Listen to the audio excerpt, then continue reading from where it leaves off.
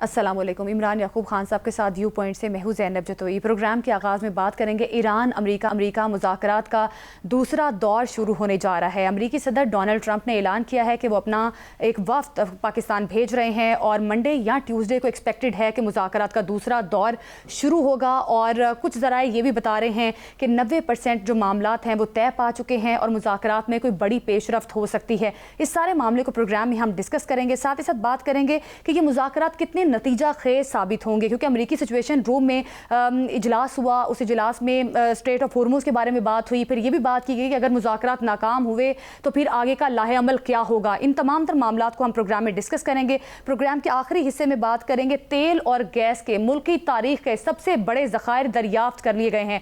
इसके बाद पाकिस्तान में पेट्रोल और गैस कितनी सस्ती होगी, इसकी पॉसिबिलिटीज़ पर बात करेंगे। नाज़रीन, प्रोग्राम में सबसे पहले बात करेंगे पाकिस्तान की सालिसी काम कर गई है। आज अमेरिकी सिचुएशन रूम में एक इजलास हुआ। उस इजलास में फील्ड मार्शल आसिम मुनीर से भी सदर ट्रंप की बात हुई। उन्होंने ईरानी वफ़द से भी बात की, ईरानी लीडरशिप से भी बात की और अब सदर ट्रंप की जानिब जो स्टेटमेंट जारी की गई है उनकी जानिब से कहा गया है कि अमेरिकी वफ़द पाकिस्तान आ रहा है। मुज़ाकरात का दूसरा सेशन शुरू होने जा रहा है, लेकिन सदर ट्रंप की जानिब से जहां ये निगोशिएशंस का ऐलान किया गया, साथ ही साथ उन्होंने कहा कि अगर ये डील कामयाब ना हुई तो ईरान के पावर प्लांट्स जो हैं वो उड़ा देंगे, ब्रिजेस उड़ा देंगे।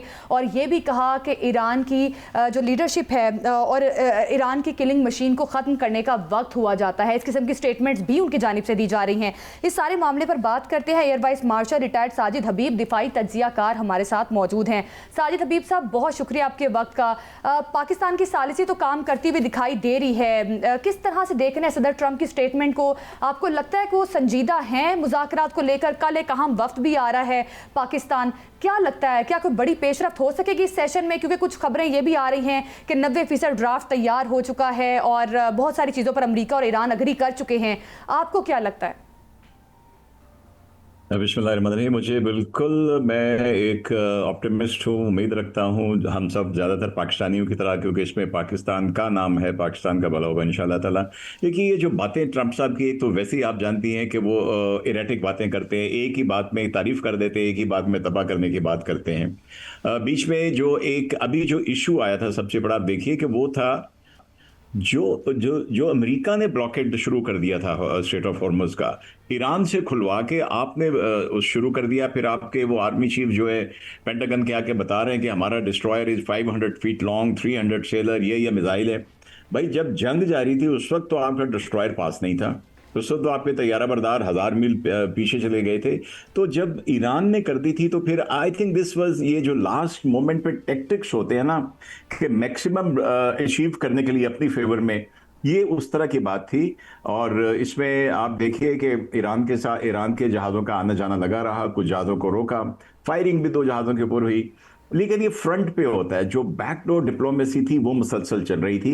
फील्ड मार्शल आसिम थे यहाँ पे, टर्की, वो हमारे जो प्राइम मिनिस्टर है वो टर्की में अंतालिया पे गए हुए थे, जहाँ पे तो बहुत सारे लोगों से उनकी बात हुई।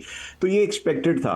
अब सिर्फ ये होगा ज़ैनब कि जब सिग्नेचर करने होते हैं तो फिर जितने हिकअप्स हैं उनको रिजॉल्व नीचे वाली टीम करके वो अपने अपने जो साइनिंग अथॉरिटी है उससे अप्रूव करा के फिर फाइनल मीटिंग होती है। इसीलिए कल उनके लोग आ रहे हैं, तो उम्मीद है कि उसका अच्छा नतीजा निकलेगा। साजिद हबीब साहब, आपने अभी साइनिंग की बात की, ड्राफ्ट की बात की, तो मुख्तलिफ जो इतलात हैं, एक बयान आपने वो भी आपकी नज़र से गुजरा होगा जो तुर्की के वज़ीर ख़ारजा ने दिया है। दूसरा, हमारे सीनियर जो सहाफ़ी और तज़कियाकार हामिद मीर साहब हैं, उनका भी कहना है कि ड्राफ्ट तैयार है, सिर्फ इस बात का फैसला होना है कि उस पर साइन प्रेसिडेंट ट्रंप करेंगे या जेडी वेंस। आप क्या समझते हैं कि ये जो मामला है अब, क्योंकि एक खबर ये भी है कि कल जो वफदार है उसमें शायद जेडी वेंस शामिल ना हो, तो क्या प्रेसिडेंट ट्रंप जो हैं वो खुद ही आएंगे इस पे साइन करने के लिए? और ये वो क्योंकि बहुत सारे तज़कियाकारों की ये राय है कि प्रेसिडेंट ट्रंप कभी भी ये क्रेडिट किसी दूसरे को नहीं देंगे कि इतने बड़े अकॉर्ड पे वो खुद साइन ना करें। इमरान साहब, मेरी भी बिल्कुल यही राय है जो आप कह रहे हैं, क्योंकि देखिए अभी तक जो 2 नाम आए हैं उसमें वैंस का नाम शामिल नहीं है। जेडी वैंस नहीं है, कुशनर है और विटकॉफ है। और ये साइन करने के लिए, क्योंकि ये क्रेडिट आगे इलेक्शंस हैं, इसमें डेफिनेटली ट्रंप की पॉपुलैरिटी पिछले 2 महीने में, क्या पिछले 6-1 साल में नीचे गई है, और इस जंग की वजह से खास तौर पे नीचे गई है। आगे उनके वो प्राइमरीज आने वाले हैं, फिर उसने चीन का विजिट करना है जहां पे वो कहते हैं कि आप देखेंगे कि वो shipping is going to hug मी। तो उससे पहले आई थिंक इफ ही वो डेफिनेटली एक नार्सिसिस्ट है, नरगिसियत पसंद है, वो चाहेंगे, इन माई ओपिनियन, बाकी अल्लाह जानता है और ट्रम्प जानते हैं, कि वो खुद साइन करने के लिए आएंगे। May be it's a few hours of activity, he comes, final activity हो, साइनिंग हो, हैंडशेक हो, और उसके बाद वो वापस चला जाए। बट आई थिंक, और एक और चीज मैं जैनब, एक चीज और कहूंगा कि एक जो हिकअप इसलिए भी ये होगा इंशाल्लाह ताला कि कल ट्रम्प की एक स्टेटमेंट उसने नेतन्याहू के बारे में कहा है कि अच्छा आदमी है, लेकिन मेरे कुछ चीजों के ऊपर उससे इख्तलाफात हैं। तो आई थिंक कुछ जो प्रेशर अभी तक होल्ड कर रहा था उनकी वजह से, इसराइल की वजह से, शायद वो भी मेलो डाउन हो जाएगा। सर, जिस तरह से हम बात भी कर रहे हैं, इमरान साहब ने भी बात की कि ट्रंप चाहते हैं कि वो इस जंग को ख़त्म करवाएं और इसका क्रेडिट वो खुद ले जाएं, लेकिन वही मुतज़ाद बयानात उनके आते रहे हैं। स्ट्रेट ऑफ हॉर्मुज़ को ईरान ने तो खोला, लेकिन उन्होंने अपनी नाकाबंदी बरकरार रखी।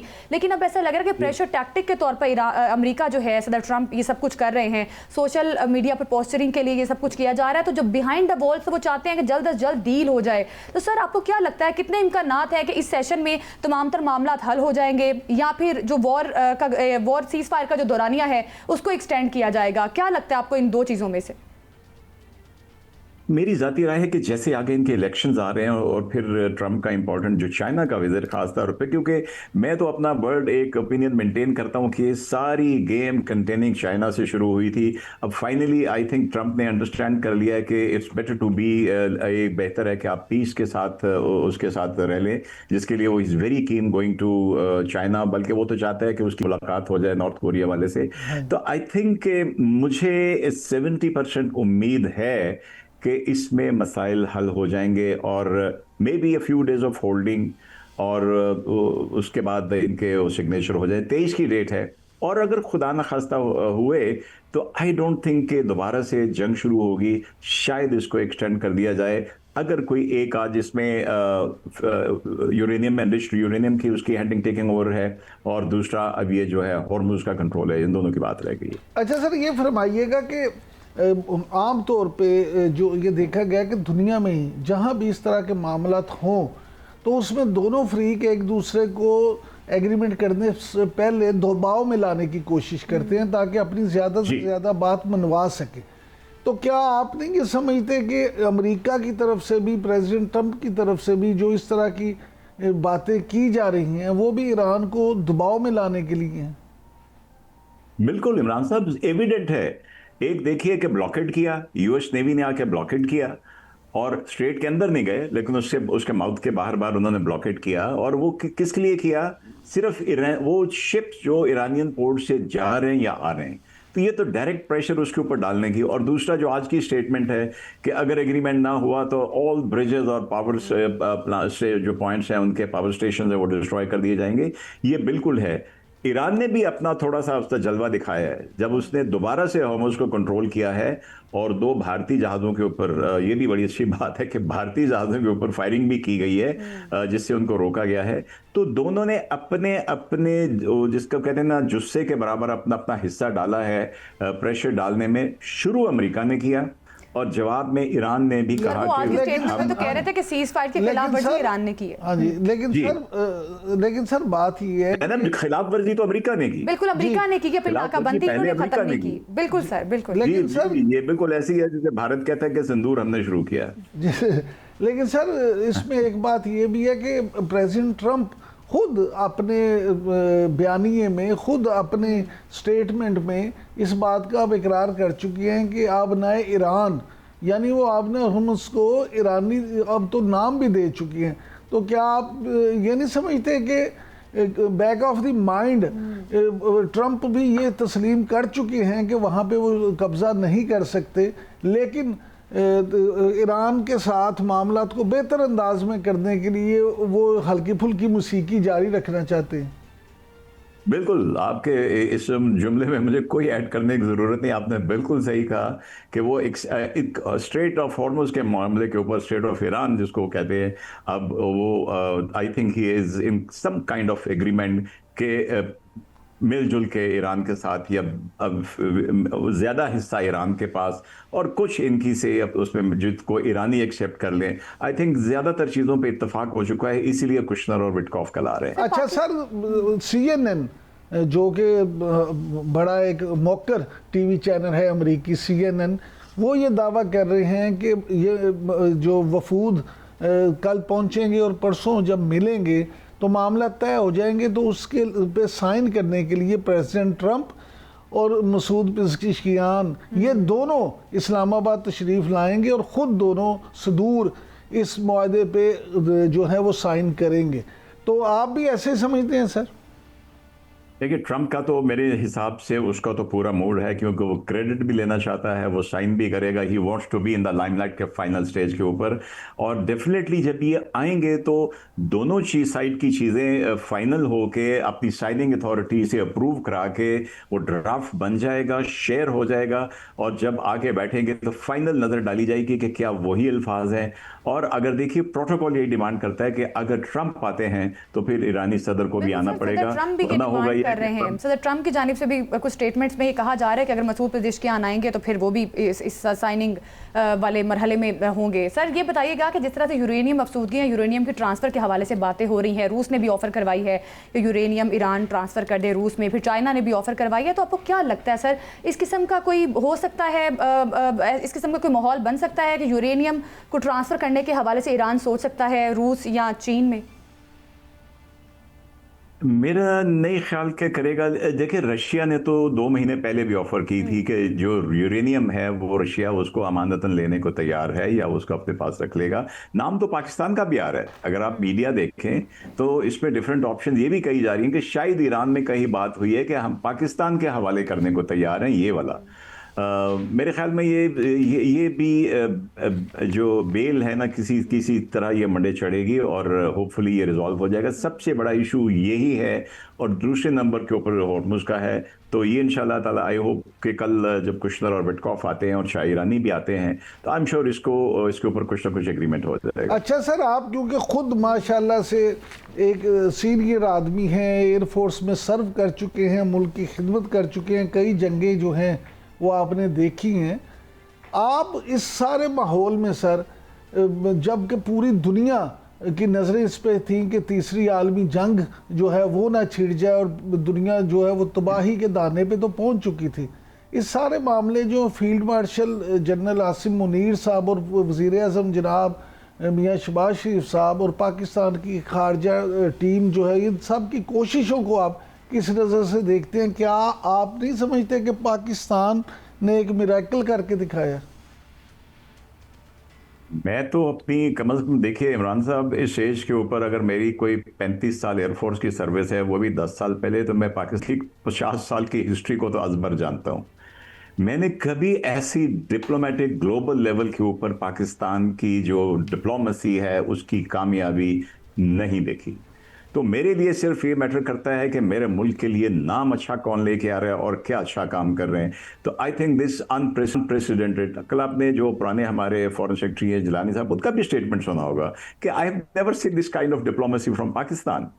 ये कोई पैसेंजर वाली एक छोटी चीज थी, दोनों ने गुजारिश की थी, उनको मिलवा दिया, लेकिन ये एक वॉर सिचुएशन थी, ये एक थर्ड वर्ल्ड वॉर सिचुएशन थी। इसको कूल डाउन करना, इसको पैसिफाई करना, और उन दोनों को जो सफाई हस्ती से मिटाने पे एक तैयार था, दूसरे कहता था जो कर दोगे हम इसराइल को भी तबाह कर देंगे, दोनों को एक टेबल पे बिठा देना। अल्हम्दुलिल्लाह अल्लाह के एहसान से ये पाकिस्तान को इज्जत इस वक्त मिली है, और ये इन दोनों का डिप्लोमेटिक लेवल तो ऐसा लग रहा है कि पाकिस्तान बहुत सी चीजें सेटल डाउन करवा चुका है सर। जिस तरह से वजीर आजम शहबाज शरीफ और फील्ड मार्शल आसिम मुनीर जब मशरक़ वस्ता के दौरे पर थे, तब ईरान ने आपने हुकूमत खोलने का ऐलान किया। फिर आज एक अहम पेशरफ्त ये हुई कि अमेरिका के सिचुएशन रूम में इजलास हुआ, उसमें फील्ड मार्शल आसिम मुनीर साहब से भी अमेरिकी सदर की बात हुई, और फिर अमेरिकी सदर ने ये स्टेटमेंट जारी की कि हम अगला सेशन जो है वो शुरू करने जा रहे हैं और अमेरिकी वफ्द जो है पाकिस्तान आएगा। तो सर बज़ाहिर तो ऐसा लगता है कि पाकिस्तान काफ़ी हद तक चीज़ें सेटल डाउन करवा चुका है। जी बिल्कुल, मैं तो यही समझता हूँ कि ये जो दौरा अभी हुआ है जिसमें देखना फील्ड मार्शल तकरीबन 3 दिन तक ईरान में रहे, तो जब 3 दिन तक आप ईरान में रहे, इसे कोई नॉर्मल विजिट नहीं था जो उनकी मिलिट्री फॉर्मेशन को विजिट करना था। ये मुसलसल पैगाम रसानी हो रही थी ईरान और अमेरिका के दरमियान वाया फील्ड मार्शल साहब। और आई एम श्योर कि जो प्राइम मिनिस्टर वहां पे बैठे हुए थे, जहां पे तकरीबन 30 मुल्कों के सरबराहान बैठे हुए थे और बहुत से मुल्कों के 60 मुल्कों के और जो उनके फॉरेन सेक्रेटरी लेवल के डेलीगेट्स बैठे हुए थे, वहां पे भी आप देखिए कि तैयब अर्दवान ने अपनी स्पीच खत्म करते ही सबसे पहले जाके शहबाज शरीफ साहब से मुलाकात की है। और बल्कि मैं तो जिक्र करता चलूं कि उनके अली शाहीन है, मैं जानता हूं उनको, उनके बड़े सीनियर पार्लियामेंटेरियन, उन्होंने कहा कि पाकिस्तान को अब जो तुर्की का ब्लॉक है, तुर्की बोलने वालों को, जो पुराने ऑटोमन टाइम के, उसमें आके शामिल होना चाहिए। तो आई थिंक ये चीज़ें ज़ैनब बिल्कुल तय हो चुकी हैं काफ़ी हद तक। अगर कोई छोटा मोटा हिकअप है तो वो आई थिंक कल आमने, पर मेरे ख्याल में तो अगर विटकॉफ और कुशलर आ चुके तो थिंग्स, ये चीज़ें तय हो चुकी हैं काफ़ी हद तक। अच्छा सर, ये फरमाइएगा कि पासदाराने इनकलाब का जो तो कहना ये है कि अमेरिका जो है वो नाकाबंदी के नाम पर बहरी कज़ाकी में मुलव्वस है, वो तो ये इल्ज़ाम आयद करते हैं। उनका ये भी वॉल स्ट्रीट जर्नल की सर अगर बात करें तो उसका कहना है कि बहरी जहाज़ों पर कब्ज़े का मकसद ईरान पर दबाव डालना है। तो ये सारी चीज़ें अगर बिल्कुल तय हो चुकी हैं और मुआहदा होने को है, तो फिर ये दबाव की ज़रूरत अभी तक क्यों महसूस की जा रही है? देखिए, जब तक साइन नहीं हो जाता ये रेट्रिक्स, ये बयानबाजी चलती रहेगी। परसों जब पीट हेग्सेट ने जो की थी, तो उसने क्या कहा था कि ब्लॉकिंग हॉर्मुज मींस पायरेसी। मैंने कहा ये ब्लॉकेट नहीं है, ये पायरेसी है। अब ईरान ने एग्जैक्टली वही, क्योंकि अमेरिका ने की है, ईरान अपने दिफा के लिए कर रहा था, तो उसको वो पायरेसी कह रहे थे, कजाकी कह रहे थे। यहां तो अमेरिका कहां से उठ के आगे हजारों मील दूर जो है, जब ईरान ने खुद भी कर रहे हैं, तो ये रेट्रिक्स है, ये चलते रहेंगे जब तक। देखिए, कुछ चीजें होती है बढ़ के मारी जाती है अपने घर वालों को तसल्ली देने के लिए, विचो राजीनामा हो चुके होता है। तो I think it's the same kind of situation which is going on. ये रेट्रिक्स चलते रहेंगे, जब ये उस वक्त बंद होंगे जब फाइनली साइन हो जाएंगे। अच्छा फिर सर, दोनों अपनी फतह का ऐलान करेंगे। सर दोनों अपनी अपनी फतह का ऐलान कर देंगे, विन विन सिचुएशन हो जाएगी, इंशाल्लाह मुआहदा भी हो जाएगा, पाकिस्तान की इज्जत और वकार में मजीद इजाफा होगा। लेकिन लेकिन सर एक जो शरपसंद जिसका नाम इसराइल है, उसका मुस्तकबिल आप क्या देखते हैं? क्या इसराइल अपनी इन हरकतों से बाज आ जाएगा? क्या अमेरिका बहादुर इसराइल को काबू करने में कामयाब हो जाएगा? इमरान साहब, मेरा ख्याल है कि ये जो वॉर हुई है ना, इसमें दो चीज़ों में क्रैक्स पड़े हैं और क्रैक्स आहिस्ता आहिस्ता बढ़ते जाते हैं। पहले तो जो हमने देखा कि अल्हम्दुलिल्लाह जो पिछले साल शुरू हुआ मार्का हक, और उससे जो जिसमें जब एयर चीफ गए तो उनके पेंटागन ने कहा कि आपने हमारे साउथ एशिया पैसिफिक की जो हमारी पॉलिसी थी उसको अपसाइड डाउन कर दिया है, और जिसकी वजह से सबका रुख पाकिस्तान की तरफ से हुआ। दूसरे क्रैक्स पड़े हैं। देखिए, सबसे बड़ा सपोर्टर कौन था उसका? इजराइल का सबसे बड़ा सपोर्टर अमेरिका और यूरोप यही थे ना। अमेरिका में उसकी पॉपुलैरिटी पिछले 2 साल में 3 साल में उनकी 37% पे सपोर्ट आ गई है, और अमेरिकन लोगों की सपोर्ट आ गई है, और सोशल मीडिया भरा हुआ है इसराइल के खिलाफ। और आप देखिए कि सेनेट में अभी उनके जो डेमोक्रेट्स के 47 में से 40 ने इसराइल को मिलिट्री व्हीकल देने के अगेंस्ट वोट दिया है। वो जीत गए 59-40 से, लेकिन 40 नहीं, ये पहली दफा हुआ है। तो ये क्रैक्स पड़े हैं। और दूसरी तरफ ट्रंप ने भी कहा है कि मेरा कुछ बातों पे नेतन्याहू से इख्तलाफ है। यूरोपियन यूनियन में उन्होंने पिटीशन मिलियन से ज्यादा क्रॉस हो गई थी कि यूरोपियन यूनियन इजराइल के साथ एग्रीमेंट, जो ट्रेड एग्रीमेंट है, उसको एक्सटेंड ना करे। यह बहुत बड़ी डेवलपमेंट है। इटली ने क्या किया है, स्पेन ने क्या किया है, फ्रांस ने परसों ऐलान किया कि उनके सबसे बड़े डिफेंस एग्जीबिशन कुछ फ्रांस में होते हैं, उसने आइंदा के लिए फिलहाल इजराइल को इनवाइट करना बंद कर दिया है। तो देयर आर क्रैक्स। जब सपोर्ट खत्म हो जाएगी एक बदमाश की दाएं बाएं के लोगों से जो बड़े ताकतवर हैं, तो वो किधर जाएगा? फिर मांगने के ऊपर आ जाएगा। तो ये क्रैक्स हैं। It may take some years, लेकिन आई थिंक इससे अरबों को हौसला होगा, गल्फ को हौसला होगा, और जो सहमे रहते थे मुल्क दाएं बाएं, उनको इससे हौसला होगा कि अगर पाकिस्तान इंडिया की ठुकाई कर सकता है, ईरान अमेरिका के सामने खड़ा हो सकता है, तो अब हमें भी अपने पांव पे खड़ा होना चाहिए। मुआहदा अगर हो भी जाता है तो कहीं ना कहीं जाहिर है एक एतमाद का फुकदान तो है। सदर ट्रंप के मुतज़ाद बयान, फिर नेतन्याहू की जो पर्सनालिटी है, इस तरह से आगे इम्प्लीमेंटेशन में भी मसाइल आ सकते हैं अगर मुआहदा हो जाता है इन केस। लेकिन सर कुछ खबरें ये भी आ रहे हैं कि अमेरिकी हुकूमत ने गाड़ियां बनाने वाले बड़े अमेरिकी इदारों से हथियार बनाने का काम तेज कर दिया। और ये कहा जा रहा है जिस तरह से वर्ल्ड वॉर 2 में उन्होंने प्रोडक्शन की थी हथियारों की, उस तरह से उन्होंने इनको इंस्ट्रक्शंस दी हैं। तो सर इसको किस तरह से देख रहे हैं? क्या अमेरिका को ये अपनी जंगी तैयारियां भी तेज कर रहा है? वर्ल्ड वॉर 2 में ये कुछ हुआ था और अब अमेरिकी कंपनीज को इस किस्म के ऑर्डर अमेरिकी हुकूमत दे रही है। जैनब, एक चीज इससे साबित होती है कि इस जंग में जो इन्होंने सेंसर लगाया था अपने ऊपर, इनका बहुत ज्यादा नुकसान हुआ है। इनके जो वॉर रिजर्व्स थे वो बहुत नीचे आ गए हैं। तो देखिए, सुपर पावर है, आप माने ना माने, वो सुपर पावर है और काफी अर्स तक रहेगी। तो उसको जितना उसका वो स्टॉक्स जो है नीचे गए हैं, देखिए कल को कुछ भी हो सकता है, कल को वो कहीं और भी जंग छेड़ना चाहते हैं, कोई और मसला हो जाए, उनका नॉर्थ कोरिया साउथ कोरिया का हो जाए, ताइवान का इशू जिसको आगे हम एक्सपेक्ट कर रहे हैं कि चाइना उसकी तरफ जाएगा, तो उसने अपने जो रिजर्व है जो नीचे गए हैं, जो एक्सपैंड हुए हैं इस वॉर में, उनको बीफ अप करने के लिए, उनको रीलोड करने के लिए, रिकूप करने के लिए किया है। जहां तक आपने मिलिट्री व्हीकल्स की बात कर रहे हैं, इसी के अगेंस्ट जो है ना सेनेट के 40 डेमोक्रेट्स ने वोट दिया है। तो मेरे नजदीक it's not to go for to into another war again so early. ये जो उनके जो स्टॉक्स नीचे गए थे जंग में, बड़ी भारी इनकी मेरे ख्याल में कोई 50+ बिलियन का नुकसान हुआ है, एंड दैट इज ह्यूज। ठीक है, बहुत शुक्रिया आपका साजिद हबीब साहब, आप हमें इस मामले पर बता रहे थे। नाजरीन, मुज़ाकरात पर मजीद भी बात करेंगे, लेकिन अभी वक्त हुआ एक शॉर्ट ब्रेक का। ब्रेक के बाद बात करेंगे पाकिस्तान ईरान अमेरिका मुज़ाकरात में सालिसी के लिए फिर तैयार, पूरी दुनिया की नजरें इस्लामाबाद पर मरकूज हैं। इस पर बात होगी, हमारे साथ ही रहिएगा।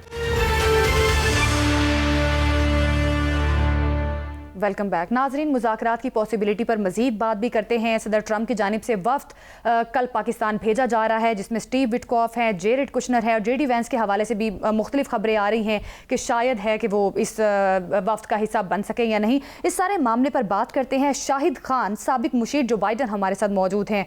बहुत शुक्रिया सर आपके वक्त का। किस तरह से देख रहे हैं, कल एक अमरीकी वफ्द पाकिस्तान आ रहा है और मुज़ाकरात को आगे बढ़ाने की कोशिशें जो हैं वो तेज़ कर दी गई हैं, कितनी पॉसिबिलिटी आपको नजर आती है कि मुज़ाकरात कामयाब हो सकेंगे? बहुत बहुत शुक्रिया मुझे अपने प्रोग्राम पे लेने का। सबसे पहले तो आपको भी मुबारकबाद और पाकिस्तान के लोगों को भी मुबारकबाद कि इतने मुश्किल वक्त में ये दुनिया की हेल्प कर रहे हैं इस क्राइसिस से निकालने में।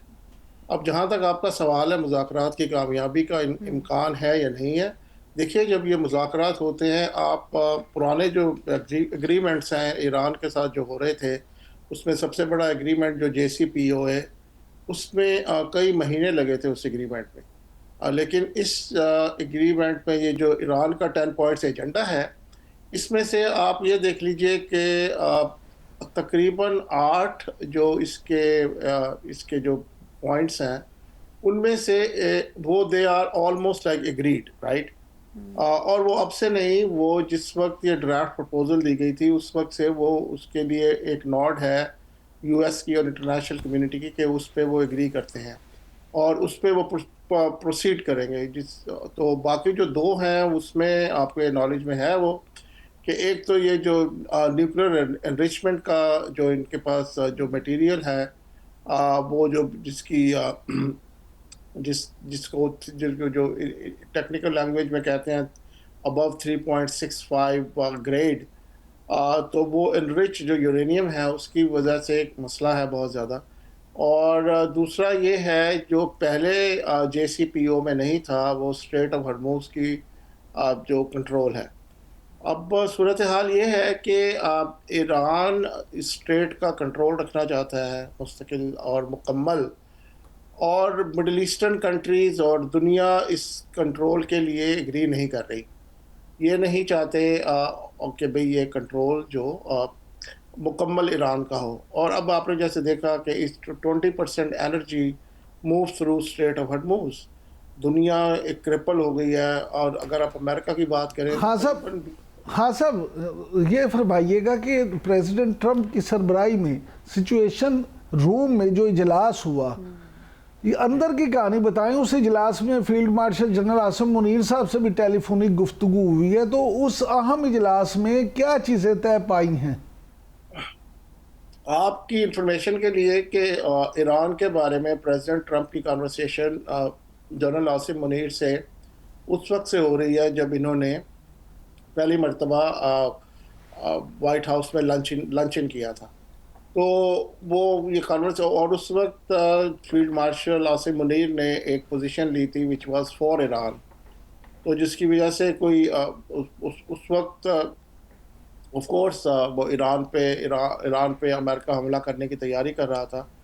तो ऑफ कोर्स वो कोई ऐसी पैलेटेबल और ऐसी फेवरेबल बात नहीं थी प्रेसिडेंट ट्रंप के लिए भी, क्योंकि मिलिट्री लीडर ऑफ पाकिस्तान इन्होंने position Lee for Iran.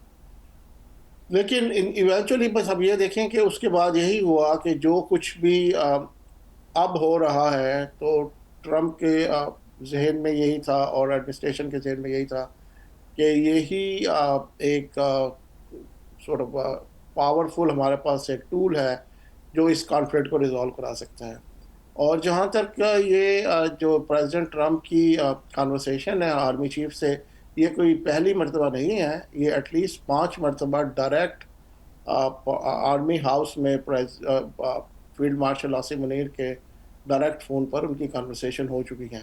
There were few other issues Iran के अलावा भी, जिसके बारे में प्रेसिडेंट ट्रंप ने जनरल आसिम मुनीर से कन्वर्सेशन की। और अब आप ये देखें कि अब जैसे फील्ड मार्शल आसिम मुनीर गए हैं ईरान, और जिस तरह से वो टारमेक पर थे, तो और जिस दलेरी के साथ वो खड़े थे वहाँ पर, वो एक रिफ्लेक्शन है कि we are in charge, we are in control, we are in command. और जिसकी वजह से अब दुनिया की कोई भी जो जिन इस सिचुएशन में जो भी, एक इजराइल है और अमेरिका तो खैर पाकिस्तान के साथ मिलकर काम कर रहा है, तो किसी की इसमें बिल्कुल भी जुर्रत नहीं होगी किसी तरह से भी कि वो कोई फनी ऐड कर सके। अच्छा, हाँ साहब ये फरमाइएगा कि आप क्योंकि आलमी जो सियासी अमूर हैं उन पे भी गहरी नज़र रखते हैं और अमेरिका की सियासत को तो बहुत अच्छी तरह से समझते हैं, बतौर पाकिस्तानी आप ये बताएं कि अब जिस तरह से अमेरिका जो है वो पाकिस्तान की पजीराई कर रहा है और प्रेसिडेंट ट्रंप जिस तरह से वज़ीर आज़म शहबाज शरीफ और field marshal general Asim Munir की तारीफ़ें करते नहीं थकते, तो बतौर पाकिस्तानी आप इस सारे मामले को किस तरह से फील करते हैं? यहाँ पे अमेरिकन जो एक आम अमरीकी है उसके जज्बात क्या हैं? देखिए, पाकिस्तान का नाम हाईलाइट हुआ है बहुत ज़्यादा और इन ए वेरी पॉजिटिव वे, और ये एक बहुत अनयूजुअल चीज़ नहीं है, क्योंकि इस किस्म के काम पहले भी पाकिस्तान के ज़िम्मे लग चुके हैं और पाकिस्तान ने उनमें बहुत ज़्यादा इंटरनेशनल कम्युनिटी की मदद की है। लेकिन इस मरतबा क्योंकि मीडिया कवरेज बहुत है, सोशल मीडिया पे आपको पता है बिलिट्स हैं, तो आम पब्लिक को भी इसका बहुत ज़्यादा नॉलेज है। और पाकिस्तानी अमेरिकन तो ज़ाहिर है they walk with their head high, with their chin high, तो उनके लिए तो ये बहुत बड़ा एक प्रेस्टिजियस चीज़ है। और जैसा कि आपके नॉलेज में है कि America is a country of hyphenated nationalities. यहाँ पर जो भी रहता है वो या पाकिस्तानी अमेरिकन है, या इंडियन अमेरिकन है, या आयरिश अमेरिकन है, या ब्रिटिश अमेरिकन है, या और अमेरिकन हैं, तो ये एक्सेप्टेड है या अमेरिका की सोसाइटी में। बिल्कुल शाहिद खान साहब, एक अवामी दबाव भी सदर ट्रंप पर है जिस वजह से वो चाहते हैं कि जल्द अज जल्द जंग ख़त्म हो जाए, और ऐसा लग रहा है कि जिस जल्दबाजी से उन्होंने जंग शुरू की थी उतनी ही जल्दबाजी है उनको कि जल्द अज जल्द जंग ख़त्म हो जाए। और कुछ हमें खबरें ये भी आ रही थी कि सदर ट्रंप ने खुद पाकिस्तान से दरख्वास्त की है कि ये जंग को ख़त्म करवाया जा सके। सर, पाकिस्तान का जो कलीदी और मौसर रोल हमने देखा है इस जंग के मामले में, उसको आपको क्या लगता है कि क्या कोई पाकिस्तान के साथ अमेरिका का कोई बड़ा मुआहदा होने वाला है? पाकिस्तान को इसके बदले क्या मिल सकता है? देखिए, इसमें तो जो भी स्ट्रैटेजी है वो तो पाकिस्तान की लीडरशिप को बनानी है। ऐसे इस किस्म का तो नहीं, ये तो खैर वैसे बहुत ज़्यादा अनयूजुअल है, लेकिन Pakistan because of its competency, जो इसकी जो मिलिट्री की जो कॉम्पिटेंसी है और इसकी जो रियल स्टेट है, उसकी वजह से पाकिस्तान के पास मौके आए हैं, नॉट इस लेवल के लेकिन इस तरह के और भी आए हैं। अफगानिस्तान वॉर में बहुत बड़ा पाकिस्तान का रोल रहा है, मिडल ईस्ट में, चाइना में बहुत बड़ा रोल रहा है। लेकिन इसमें यह है कि जो स्ट्रैटेजी बनानी है वो अमेरिका ने पाकिस्तान के लिए नहीं बनानी, वो स्ट्रैटेजी पाकिस्तान के लीडरशिप ने अपने लोगों के लिए बनानी है। और इसमें बिल्कुल आपका जो इसमें जो आर्गूमेंट है या जो आप सुनना चाह रही हैं वो बिल्कुल ये ठीक है कि पाकिस्तान के लोगों के लिए इसमें क्या है। देखिए, हमें पाकिस्तान के पास कोई इंडस्ट्रियल कैपेसिटी तो है नहीं कि यहाँ पर आकर कोई टेक्सटाइल मिल लगा ले या यहाँ पर आकर कोई कोई सीमेंट का प्लांट लगा ले या यहाँ कोई कंपनी आकर बहुत बड़ा काम शुरू कर दे, वो पाकिस्तान में वो कैपेसिटी नहीं है, तो इसलिए इस किस्म की बातें करने का कोई फायदा नहीं है। शाहिद खान साहब, आपने स्ट्रैटेजी की बात की अभी कि एक स्ट्रैटेजी पाकिस्तान को बनानी चाहिए। देखिए मैं बताता हूँ आपको ना, मैं गिव मी अ मिनट। तो मैं ये कह रहा हूँ पाकिस्तान की स्ट्रैटेजी ये होनी चाहिए। पाकिस्तान की स्ट्रैटेजी अमेरिका का मॉडल है ना, अमेरिका का जो इकोनॉमिक मॉडल है, पाकिस्तान को एट ए स्मॉलर स्केल वो मॉडल अडॉप्ट करना चाहिए, which is military industrial complex. और अमेरिका इस वक्त दुनिया का सबसे बड़ा आर्म सप्लायर है, उसके बाद फ्रांस है, उसके बाद रशिया है, उसके बाद चाइना है, and then many others. Pakistan के पास एक अपॉर्चुनिटी है कि to make this world a better place to live. ये सारी जो चीज़ें हैं, क्योंकि सिक्योरिटी के लिए भी चाहिए होती हैं, मुख्तलिफ चीज़ों के लिए चाहिए होती हैं, तो Pakistan should play A part in that. और दूसरी जो अमेरिका का जो मॉडल है, जो जैसे वो बाकी दुनिया के सर्टन कंट्रीज़ के अंदर अब दे ऑफर प्रोटेक्शन, राइट।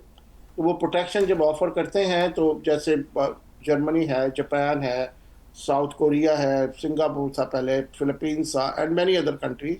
तो अमेरिका वहाँ पे एक सिक्योरिटी का एक कवर प्रोवाइड करता है।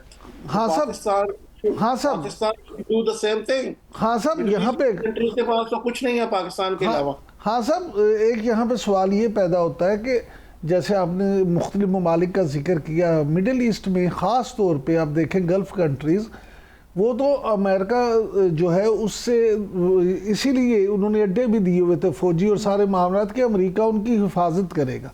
लेकिन इस जंग में अमेरिका की वजह से उनको मुख्तलिफ जो हमले हैं उनका भी शिकार होना पड़ा, वहाँ उनका नुकसान भी हुआ, इकॉनमी भी डाउन हुई। तो क्या आप समझते हैं कि फ्यूचर में जो है ये मिडल ईस्ट ममालिक जो हैं ये पाकिस्तान के साथ इस तरह के मुआहदे करके तो पाकिस्तान के साथ इंगेज हो सकते हैं? देखिए इसका जो तरीका तो यही है कि पाकिस्तान अमेरिका के साथ एंगेज हो ना। पाकिस्तान की अगर रिलेशनशिप अमेरिका की डीप स्टेट के साथ रहती है, ज़्यादा रहती है, और ये पाकिस्तान की ऑफ कोर्स मिलिट्री की हिस्सा ही रह सकती है पेंटागन के साथ, तो वो they can work together on this thing, right. तो अमेरिका को कोई एतराज़ नहीं होना चाहिए अगर पाकिस्तान इन कंट्रीज़ को प्रोटेक्शन शील्ड प्रोवाइड कर रहा है, तो अमेरिका को कोई एतराज़ नहीं होना चाहिए। लेकिन अमेरिका के नॉट से ही होगा, ये अमेरिका की मर्ज़ी से उनके साथ काम करके वो उसी तरह से होगा। अभी भी आप देखें कि पिछले दिनों में, नॉट टू लॉन्ग को, प्रॉब्ली ईयर अगो और सो, कि पाकिस्तान ने अमेरिका की रिक्वेस्ट पे $1 बिलियन के आर्म्स वो यूक्रेन को सप्लाई किए थे।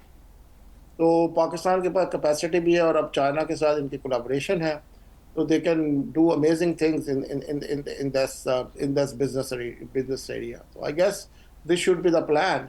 बाकी अगर आप कहें कि सऊदी अरब यहाँ आकर रिफाइनरी लगाएगा, वो तो एक बिजनेस मॉडल है, जैसे कि एक आम बिजनेस कॉरपोरेशन करती है, तो वो तो पाकिस्तान में फीजिबल नहीं है। और पाकिस्तान में और भी बहुत चीज़ें इस तरह की, बिल्कुल ठीक है, हर मामले पर एक हिकमत अमली के जरिए वो कैसे होंगी। जी बिल्कुल, एक प्रॉपर स्ट्रैटेजी के जरिए पाकिस्तान होगा। बहुत शुक्रिया आपका शाहिद खान साहब, हमारे साथ मौजूद थे, हमें बता रहे थे। अभी वक्त हुआ एक शॉर्ट ब्रेक का। ब्रेक के बाद बात करेंगे तेल और गैस के नए ज़खायर की दरियाफ्त, अवाम को सस्ता पेट्रोल और सस्ती गैस मिल सकेगी, इस पर बात होगी। हमारे साथ ही रहिएगा।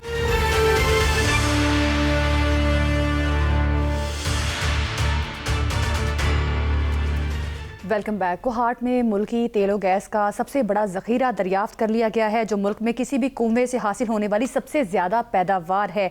इस तारीखी दरियाफ्त के बारे में बात करेंगे। Abdul Hanan global mines and minerals expert हमारे साथ मौजूद हैं। अब्दुल हनान साहब, बहुत शुक्रिया आपके वक्त का।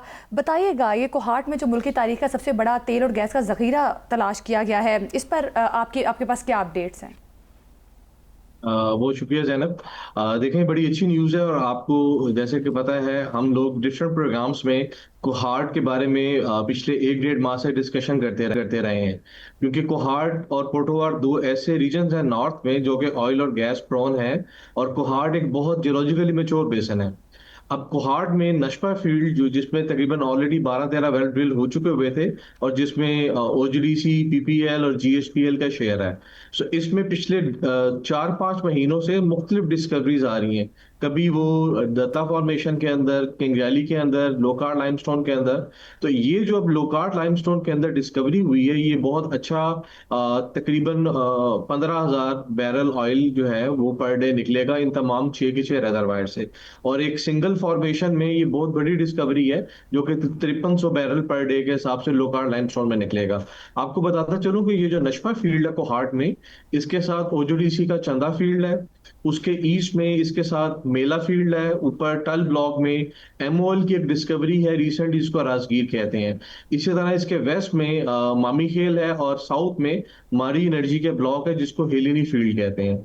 तो ये 4-5 लोकेलिटीज जो है जिसमें कुछ अरसे से डिस्कवरीज होती जा रही हैं। और आपको बताऊं इस अब्दुल्ला नान साहब, आपको याद होगा कि माजी में सुई के मुकाम पे गैस का जो जखीरा निकला था, तो उसकी वजह से तवानाई का एक इनकलाब पाकिस्तान में आया था। तो ये जो अब ये जो दरियाफ्त हुई है, तो क्या आप समझते हैं कि अब भी पाकिस्तान में इससे जो है वो अपनी ज़रूरतें पूरी करने में तो मदद मिलेगी, बल्कि मज़ीद भी यहाँ से आपको गैस और तेल मिलेगा? बिल्कुल, इसको दो तरह से आंसर किया जा सकता है इमरान साहब। सुई में जो डिस्कवरी थी वो तकरीबन 51 trillion cusec feet of gas, वो बहुत बड़ी डिस्कवरी थी, और जिसको यूज करते हुए मतलब दिहाइयां हो गई हैं। अभी तक हम उसी फील्ड को यूज कर रहे हैं, और सुई में तकरीबन इस वक्त 120 वेल ड्रिल हो चुकी है। जो सुई स्ट्रक्चर है, होता ये है कि जो एक फील्ड होती है ना, उसको हम इस तरह मैयर करते हैं कि उसमें हम मुख्तलिफ कुएं ड्रिल करते हैं। इस फील्ड के अंदर भी जो नशपा ब्लॉक है, ये जो नशपा मेन स्ट्रक्चर था, ये उसके अलावा एक और स्ट्रक्चर है जो ट्रैप है जिसके अंदर ड्रिल किया गया है। तो अभी ओजीडीसी 2 फर्दर वेल ड्रिल करेगा, जिससे हमें ये आइडिया होगा कि जो ये सब जमीन के नीचे ये जो कुआं है, ये इसका रेजर्वायर कितना बड़ा है। तो आने वाले दौर में जो अभी जो ये हमें न्यूज मिल रही है, जो अभी डाटा आ रहा है, वो तो ये बताता है कि ये आगे आने वाले टाइम के साथ, क्योंकि इसमें जियोलॉजिकली हम इसको बहुत तकनीकी काविशों के जरिए इसको इस फील्ड को प्रोड्यूस किया गया है। एक ऐसा पॉइंट जरूर है जिसको मैं हाईलाइट करूंगा, 2026 में इस वक्त इमरान साहब बहुत ज्यादा टेक्नोलॉजी एडवांस हो गई हुई है। हम जब साइस्मिक सर्वेज रन करते हैं ऐसी फील्ड्स के अंदर, तो बाज़ औक़ात ये होता है कि हमें अच्छे रिजल्ट्स नहीं मिलते, तो हम बार बार डिफरेंट कंसल्टेंट को पे करके स्टडीज करवाते हैं। ये एक ऐसी डिस्कवरी है जिसमें ओजीडीसी की जो एक्सप्लोरेशन डिपार्टमेंट की टीम है, उन्होंने पूरा जियोलॉजिकल मॉडल को यूज किया, उस डाटा सेट को यूज करते हुए इस स्टडी को ब्रूए कार्ड ले आए हैं। और इसमें आने वाले टाइम के साथ जो एडिशन है वो ये हो सकती है कि इसकी जो रेजर्वायर मैकेनिक्स है, रेजर्वायर मैनेजमेंट सिस्टम अगर अच्छी होगी, तो ये आने वाले वक्त में भरपूर एडिशन करेगी जो हमारी डेली कैपेसिटी है। और आने वाले दौर में अगर हम इन तमाम फील्ड्स को 2 वेल ड्रिल हो जाते हैं, तो किसी एक फील्ड से तकरीबन 25,000 बैरल पर डे ज़खायर तलाश कर रहे हैं। आपने भी ओजीडीसीएल की भी बात की, फिर कोहाट में भी जो तारीख साज तेल और गैस के ज़ख़ीरे हमें मिले, इसका मतलब है कि पाकिस्तान में ज़खायर मौजूद हैं। अगेन डिस्कवरीज एंड एक्सप्लोरेशन के लिए हमें एक प्रॉपर मैकेनिज्म के साथ चलना होगा। तो उस पर बताइएगा कि उस हवाले से क्या इक़दाम किए जा रहे हैं ताकि अपनी डिस्कवरीज को तेज़ किया जा सके।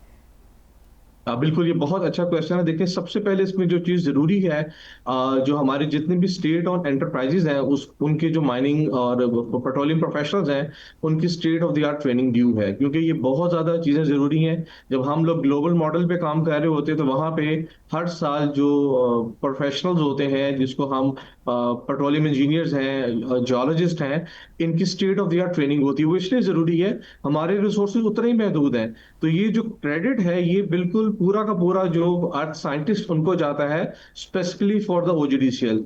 दूसरा सिनेरियो ये है कि हमने ये देख लिया, हमारे पास 3 कमोडिटीज हैं जो कि फ्यूचर में हेल्प आउट करेंगी। एक पाकिस्तान का ऑफशोर बेसन है, एक हमारे पास कोहार्ड में ये जो डिस्कवरी जो ब्लॉक्स ओपन हो रहे हैं, तीसरा हमारे पास अनकन्वेंशनल रिजर्वायर है। तो गवर्नमेंट ऑफ पाकिस्तान और स्टेट और एंटरप्राइजेस पिछले कुछ सालों से रशिया के साथ, चाइना के साथ, अमेरिका के साथ ताउन करते हुए, इन म्यूचुअल रिसर्च बेनिफिट्स को यूज करते हुए इन चीजों को हाईलाइट कर रही है। माड़ी एनर्जीज के बड़े अच्छे ब्लॉक्स हैं, तो जो तकनीकी और जो state of the art road map है, वो ये होना चाहिए कि अब्दुल्ला नान साहब, आप हमेशा ट्रेनिंग की बात करते हैं, कैपेसिटी बिल्डिंग की बात करते हैं, तो ये फरमाइएगा कि पाकिस्तान ने बरतानिया के तावन से जो जदीद कैपेसिटी बिल्डिंग प्रोग्राम शुरू किया है, तो आप क्या समझते हैं कि इसके पाकिस्तान को क्या जो है वो फवायद इससे मिलेंगे? हाँ बिल्कुल, ये देखें जी, जो यूके का जो रेमिट प्रोग्राम है और उनकी जो यूके की एम्बेसडर हैं, उनकी पेट्रोलियम मिनिस्टर के साथ जियोसाइंस एडवांस रिसर्च लैब में एक मीटिंग हुई और यूके फर्म के साथ जो कंपनी एफिलिएटेड है आईजीएस, वो हमारी सब्सिडरी फर्म है।